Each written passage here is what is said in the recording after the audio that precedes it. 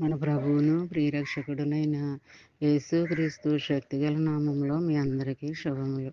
ప్రియమైన దేవుని బిడ్డలారా, మరి ఎలా ఉన్నారు? గతించిన దినమంతా కూడా ఆయన రెక్కల నీడలో మనందరినీ కాపాడి మరొక నూతనమైన దినాన్ని చూడటానికి కృప చూపించిన విధానాన్ని బట్టి మరొకసారి ఆయనకి వందనాలు చెల్లించుకుంటున్నామండి.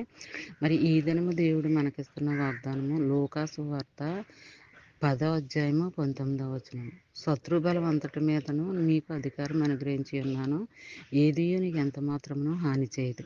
ప్రియమైన దేవుని బిడ్డలారా, ఇందులో మరి ఆదరణకరమైన మాట ఏంటంటే, మరి నీకెంతమంది విరోధులు ఉన్నప్పటికీ, నీకెంతమంది మరి నీకు నీ మీద శత్రుత్వాన్ని మరి పెంచుకోవడానికి ఇరుగు పొరుగు వారి మీద అయినా, ఆఫీస్లో అయినా, అది ఎక్కడైనా నువ్వు పనిచేసే దగ్గరైనా ఎక్కడైనా సరే, మరి ఆ శత్రు బలం అంతటి మీదకి కూడా నీకు అధికారాన్ని జయించడానికి ఇస్తాను అని అంటున్నాడండి. మరి అలాంటి దీవెనకరమైన ఆశీర్వాదం దేవుడు మరి మనకి ఇచ్చాడు అంటే అది దేవుని యొక్క కృపనే మనం అనుకోవాలి. మరి అది ఆ శత్రువు అనేది నీకు ఏ మాత్రము కూడా ఎంత మాత్రము కూడా హాని అనేది తలపెట్టడండి. ఒకవేళ తలపెట్టినా అది నీ దగ్గరికి రాదు.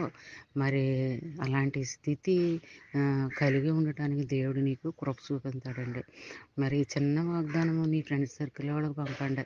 అలా పంపడం వల్ల మరి దేవుని యొక్క దీవెన ఆశీర్వాదాలు మరి ఆదరణ రావాల్సినవి నువ్వు పొందుకుంటావు, నీ బిడ్డలు పొందుకుంటారు.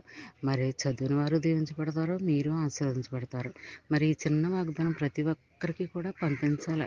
మరి వాగ్దానాలు, ఆదరణకరమైన మాటలు ప్రతి ఒక్కరితోనూ కూడా షేర్ చేసుకుంటూ ఉండాలి, పంచుకుంటూ ఉండాలి. అలా చేసినట్లయితే దేవుని యొక్క కార్యాలు నువ్వు చూస్తావు, బలంగా చూస్తావు, బలంగా చేస్తావు. మరి అలాంటి స్థితిలో దేవుడు నిన్ను ఉంచుతాడనమాట. దేవుని పని నువ్వు చేస్తే నీ పని దేవుడు చేస్తాడు. కాబట్టి దీన్ని మైండ్లో పెట్టుకుని మనం ఏ పని చేసినప్పటికీ దేవుడు చూస్తున్నాడన్న ఆలోచనతో మనము ముందడుగు వేయాలన్నమాట.